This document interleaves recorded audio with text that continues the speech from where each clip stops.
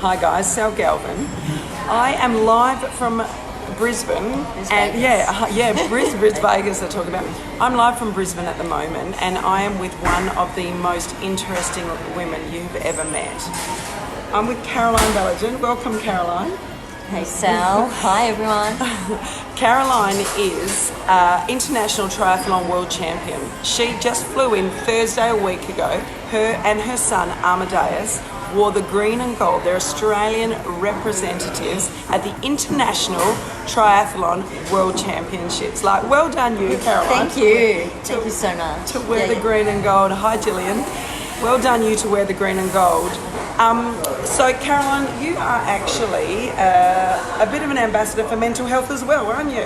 That's correct. Yeah. So give us a bit of a story. Yeah. So for me, my journey of mental health comes from some child abuse as a child when I was younger. I then fell into alcohol and drugs and used that to self-medicate how I was feeling.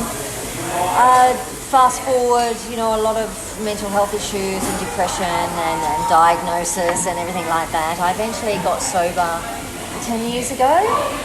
And what a woman, what a story. So what I found, I still suffer mental health, but obviously not having alcohol in the picture makes a big difference.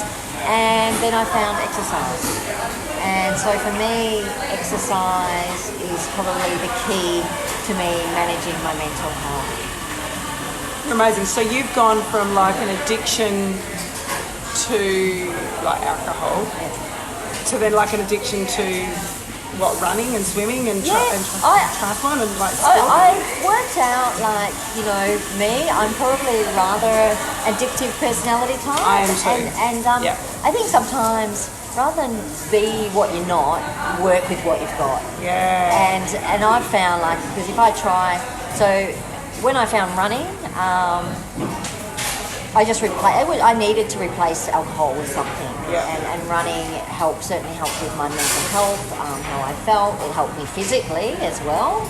And I got a bit addictive, so I've still got to be really careful that I don't get too obsessive about anything. But that's a self-awareness thing that comes with that. But worst case scenario, if I'm addicted to running, it's not the worst thing in the world to be addicted to. No, and addicted to go and wear the green and gold 2 weeks ago. That is a true honour. Describe in a few words what it feels like to wear the green and gold. If you'd have said to me 12 months ago that I would be wearing the green and gold representing Australia, I would have said, absolutely no way in the world. When we first decided that we might do it, now I've got a coach. I've only been doing triathlon for 3 years, and I ended up getting a coach to do some programs for me because even though I'm a PT, I always say go to the expert. Yeah. And so I wasn't an expert in triathlon, so I went and got a coach. And then some of the other people in his team were qualifying, and I sort of went, well, how do we do this? And so we had to do some qualifying races. And we got points, so then it was sort of a wait and see game until about April this year. And then when we qualified, it was a bit. It's still even today, even though I've done it now.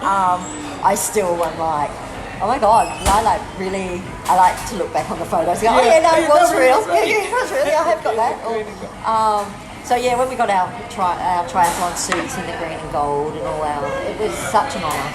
And to be there in Switzerland with 300 other Australians representing your country, as you would know, Sally, is just, words don't explain just how the feeling. The honour and the privilege. Very, very humbled to be able to do that and have the opportunity to do that. And all that, and that's from being around the right people. Yeah, I can completely agree.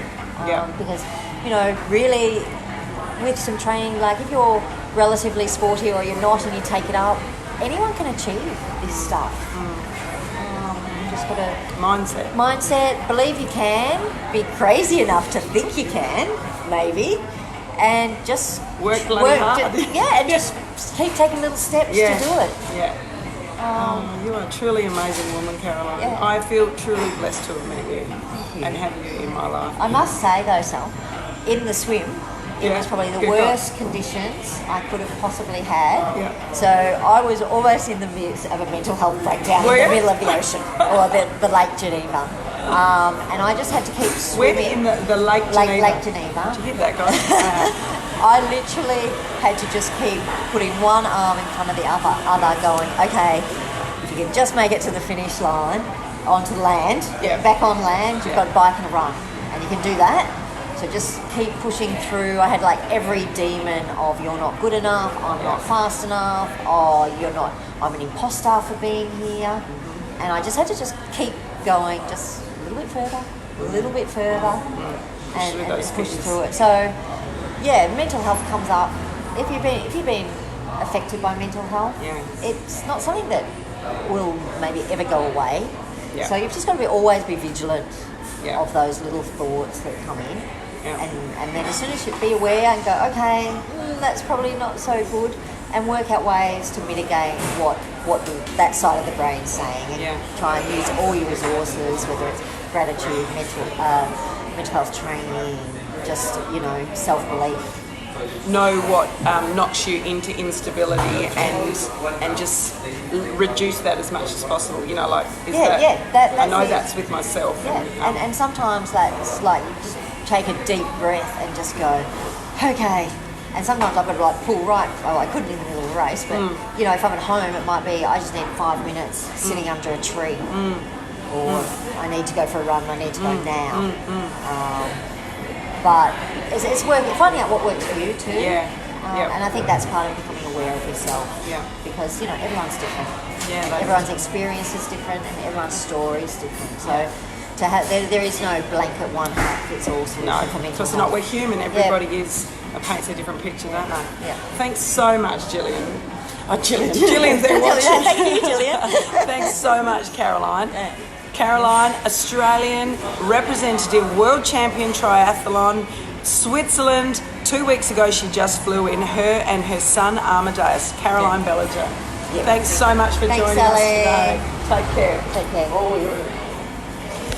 Thanks very much for watching, guys. How's that for some information on mental health and how you can go from 10 years sober to then go and lift it another level and become an Australian representative? That just blows my mind. Absolutely phenomenal stuff, Caroline. I look forward to your book.